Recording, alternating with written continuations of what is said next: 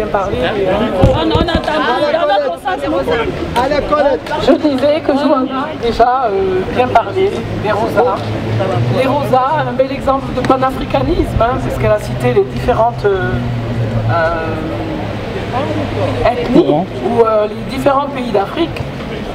Et donc réunis aujourd'hui les Rosas pour dénoncer la présence du franc CFA depuis plus de 70 ans dans nos pays d'Afrique. Et ce qu'il faut savoir, c'est que le général de Gaulle, à la sortie de la guerre, a, je dirais, tronqué notre indépendance, dans le sens où il a soi-disant accordé les indépendances aux pays d'Afrique, noirs en tout cas. Concernant l'Algérie, c'était pas pareil, parce que l'Algérie a pris les armes pour se libérer.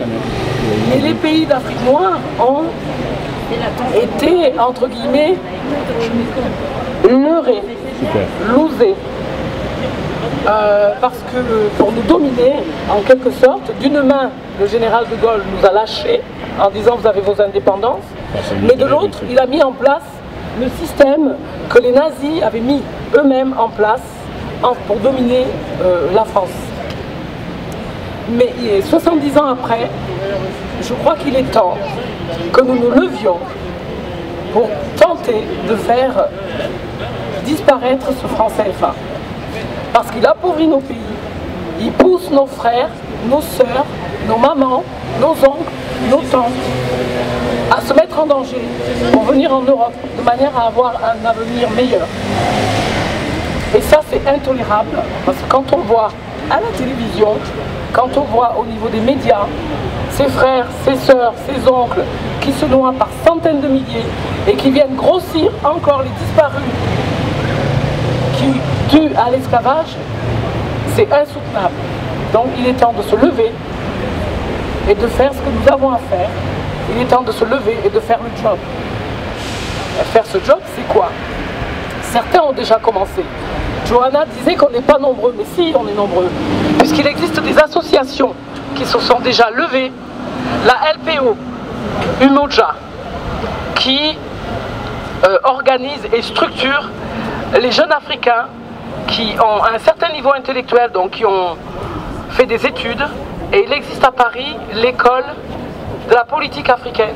Ça, j'annonce pour les jeunes qui ont le désir de pousser des études beaucoup plus loin.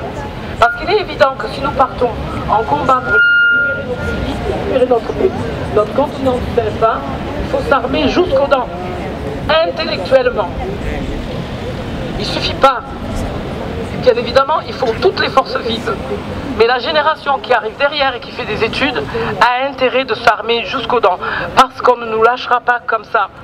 Et de CFA, on s'en débarrassera à condition que nous soyons tous unis. Il existe aussi l'association Urgence panafricaniste de Kémy Séba, qui est sur le continent, qui est un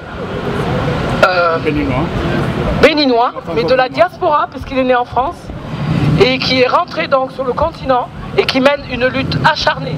Je crois qu'hier ou avant-hier, il était à Niamey, justement pour une réunion autour du CFA. Il a déjà fait le Bénin, le Sénégal, enfin il parcourt l'Afrique pour informer, pour que la jeunesse se lève. Et il existe encore une autre association, c'est alors donc la LPU, Urgence panafricaniste, et puis une autre que j'ai oubliée. Donc vous voyez que les gens se mobilisent. Donc à Marseille, on commence à le faire. Avec les Rosas, il faut que nous continuions jusqu'au bout. Et la prochaine fois, il faudra que nous soyons beaucoup plus nombreux. Parce qu'il ne s'agit pas d'aujourd'hui, il s'agit de demain aussi.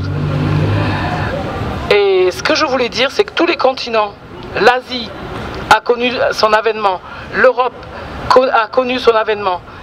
Et aujourd'hui, au XXIe siècle, c'est l'année du continent africain. Donc ne ratons pas le rendez-vous. Soyons mobilisés et tentons de faire disparaître ce franc CFA. Merci.